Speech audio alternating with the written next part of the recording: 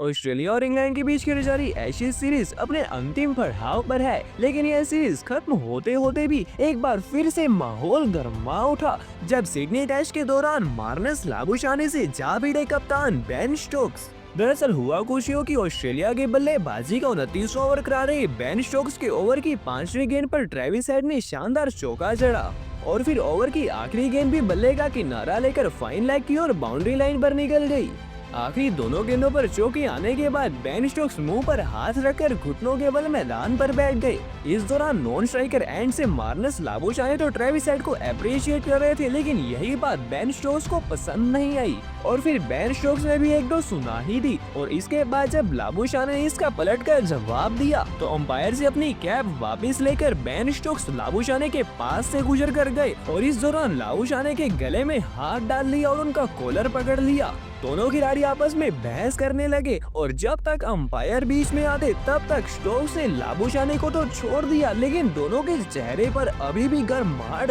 झलक रही थी और दोनों एक दूसरे से दूर होकर भी एक दूसरे को कुछ न कुछ बोलते ही रहे। हालांकि कई कमेंटेटर्स और ऑस्ट्रेलिया के पूर्व खिलाड़ियों ने स्टोक्स का लाबुशाने के गले को पकड़ना इसका विरोध किया, पर बेन स्टोक्स के तो यह माइंड गेम थी जिसका नतीजा उन्हें अगले ओवर में मिला जब मार्नस लाबुशाने उनके सामने आए और 5वें छठी स्टंप की गेंद पर कवर ड्राइव मारने का प्रयास करते हुए स्लिप के हाथों कैच आउट हो गए। और चूंकि बेन स्टोक्स का मकसद तो यही था, इस कारण से बेन स्टोक्स उन्हें आउट कर एक शब्द नहीं बोले, बस छोटा सा रिएक्शन दिया।